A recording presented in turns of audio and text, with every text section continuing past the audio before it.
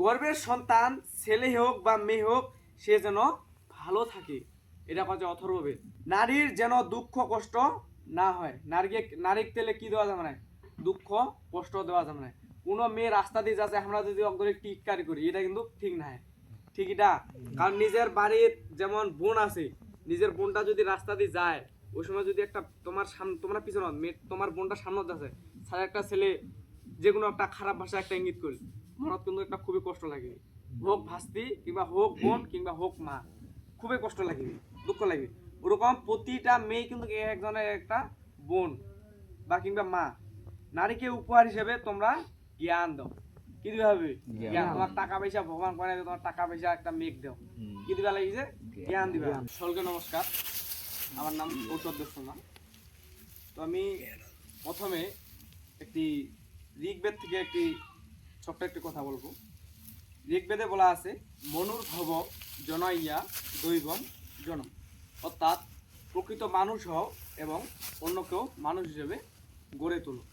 অর্থাৎ এই কথার আমরা প্রকৃত অর্থ কি বুঝি, যে আসলে যে প্রকৃত মানুষ হও এবং অন্যকে মানুষ হিসেবে গড়ে তোলো। তাহলে আমাদেরকে কি হইতে হবে? মানুষ। তাহলে মানুষ হতে গেলে আমাদের সর্বপ্রথম অবশ্যই ধর্মীয় জ্ঞান যে আছে, আমাদের সনাতনের মধ্যে জ্ঞান আছে, সেই জ্ঞানটা আমাদের অর্জন করতে হবে। এবং বেদে আরো বলা আছে যে বেদ বিরুদ্ধে কোনো ধর্ম নয়, সেটা শুধু পদ ভ্রষ্টকারী উপায় মাত্র। বেদই সত্য, তাহাই সঠিক পথ। তাহলে বেদ আমাদের কিন্তু আমাদের সনাতন ধর্মের প্রধান ধর্মগ্রন্থ। আমাদের বেদের মধ্যে আমাদের প্রধান ধর্মগ্রন্থের মধ্যে বেদ হচ্ছে প্রধান ধর্মগ্রন্থ। তারপর মনুসংহিতায় বলতেছে, আমাদের চলতে হবে, তবে ধর্মের ধারক করতে হবে। আমাদের চলতে হবে এবং কি ধর্মকে ধারণ করতে হবে। ধর্ম মানে হচ্ছে ধারণ করা। ধর্ম মানে কি? ধারণ করা। ঠিক আছে, যা আমরা ধারণ করতে পারি। আমাদের প্রাচীন ধর্ম একমাত্র সনাতন ধর্মই ছিল। আমাদের সনাতন ধর্ম কলিযুগের বছর চলতেছে প্রায় কত বছর কেউ জানি না, প্রায় 5000 বছর চলতেছে আমাদের সনাতন ধর্মের বছর।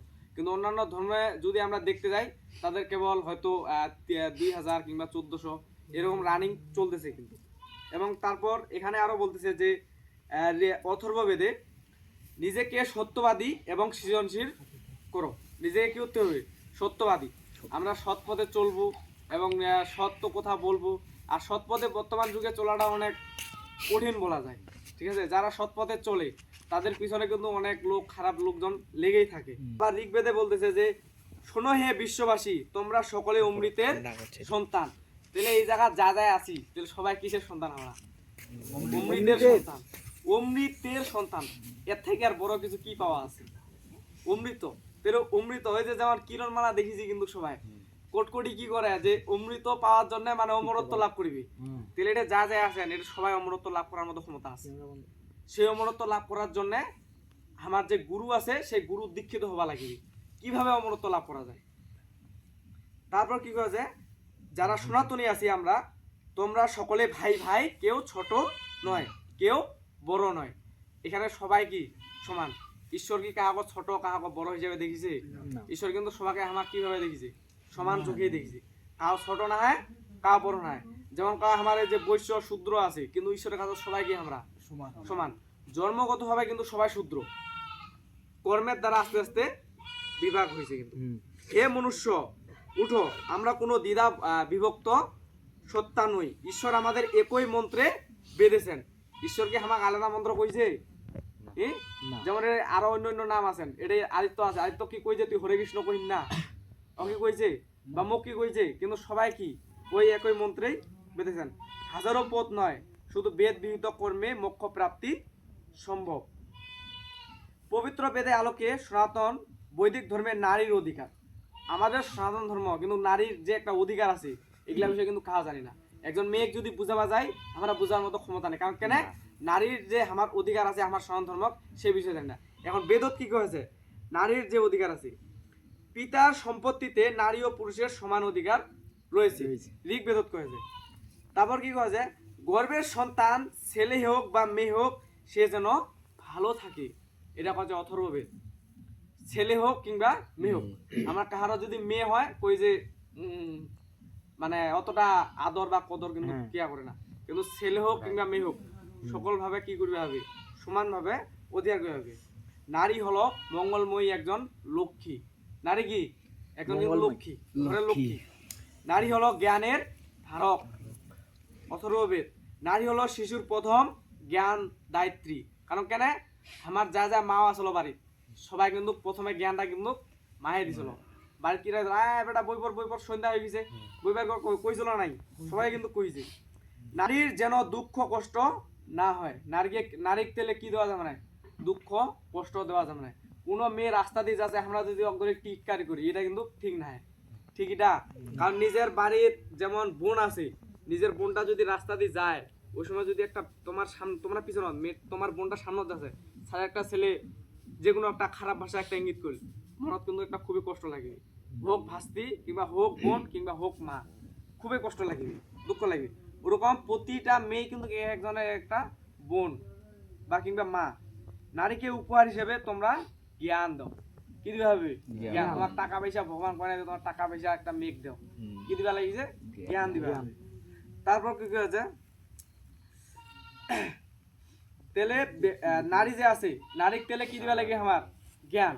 তেলে খারাপ কিছু টাকা পয়সা দিবা লাগিবে না, এগুলা কিন্তু কিছু চাহে নাই। ঠিক আছে। তারপর ঋগ্বেদত কয়েছে কর্ম পরিশ্রম করার মাধ্যমে মানুষ ধন সম্পদ লাভ করে।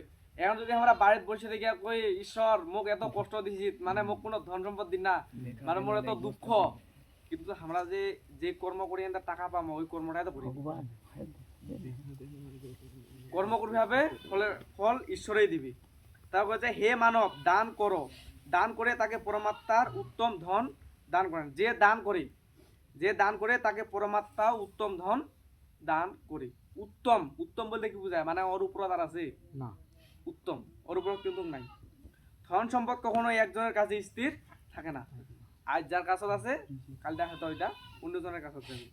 দানশীল ব্যক্তির ধন সম্পদ কখনো হ্রাস পায় না, যা দান করে ওর কোনোদিন শেষ কিন্তু হয় না।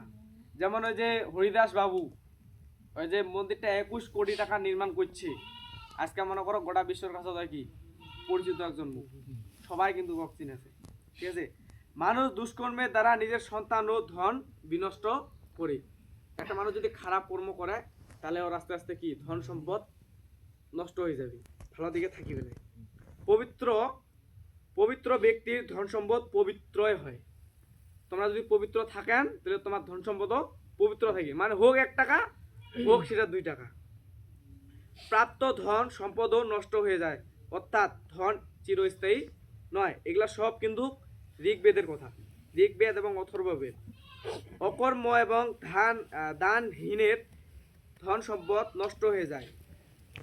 হে ঈশ্বর, তুমি সমর্পণ করে যে নিজের ধন সম্পদের রক্ষা করে। হে মানব, অপরের ধন সম্পদের প্রতি লোভ করো না। তাহলে অন্যান্য যে আছে, তাহলে অন্যজনের প্রতি আমার ধন সম্পদের প্রতি লোভ করার দরকার আছে? একজন আমার পার্শ্ববর্তী কোনো ব্যক্তি ওই 1000-1200 টাকা দিয়ে একটা জামা কিনেছে, ঠিক আছে, কিংবা একটা মোবাইল কিনেছে বেশি দামে, মোবাইল কিনে আনতে এখন আমার বাপ মায়ের ওই সামর্থ্য নাই। কিন্তু একটা বিষয় ভাবি দেখেন, আমার বাপ মায়ের ধরো 20,000 টাকা দেওয়ার সামর্থ্য নাই, এখন বাড়ি যায় যদি বাপক কই বা মোক 20,000 টাকা লাগিবে, 20,000 টাকা লাগিবে, নাহলে আমি ভাত খাবে না, বাপ কিংবা মা হোক কিন্তু খুব চিন্তিত পড়ে যাবে। কিন্তু ওইটা পরিবার থেকে সম্ভব না হয়, এই বিষয়টা আমাকে বুঝিবা লাগিবে। কারণ আমার পরিবার ওরকম ধরনের না হয় যে আমাকে চাইলেই 20,000 টাকা বেটা ধরে যা, ওরকম হবে জীবনে সম্ভব না, ওই কাজটা করা যাবে না, এটা ভাবিবা লাগবে। কারণ প্রতিটা বাবা মা কোনোদিন কোনো সন্তানের কোনোদিন কারো খারাপ চায় না, এটা 100%। কারণ নিজের মা কিংবা বাবা হোক কোনোদিন খারাপ চাইবে না। তোমার আজকে এখন মোবাইল নেওয়ার জন্য জরুরি, তোমার জন্য বাপ মায়ের জুলুম করা এটা ঠিক নাই। নিজে কামাই করে চেষ্টা করো, চেষ্টা করে নিলে সেই হিসাবটা কিন্তু টোটালি আলাদা। কিন্তু বাপ মায়ের কাছে যদি দেওয়াটা সামর্থ্য নাই, এই বিষয় নিয়ে সবাইকে বিবেচনা করবে লাগবে। তো বেশি কথা না বাড়াই আনতে এই পর্যন্ত শেষ করি। সকলকে নমস্কার।